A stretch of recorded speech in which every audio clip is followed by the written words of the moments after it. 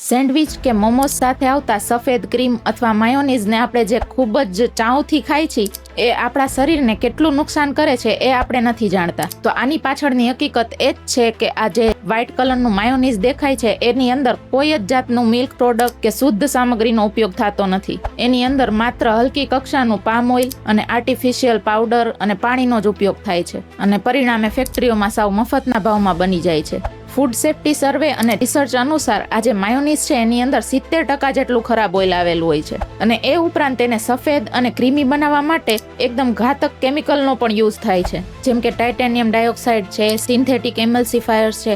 આ બધા છે એ હૃદયની નસને પણ બ્લોક કરી શકે છે અને તમારા આંતરડાને પણ સડાવે છે. તો આ બહારથી મળતું નકલી માયોનીઝ આજથી જ બંધ કરો અને ઘરે જ શુદ્ધ દહીં કે સારા તેલમાંથી ચટણી બનાવીને પરિવારને ખવડાવો. તો તમારા પરિવાર અને ખાસ કરીને માસૂમ બાળકોના સ્વાસ્થ્ય માટે આ માહિતી અત્યારે જ સેવ કરી લો અને એવા મિત્રોને શેર કરો જે બહારનું ફાસ્ટ ફૂડ અને માયોનીઝ ખાવાના શોખીન છે.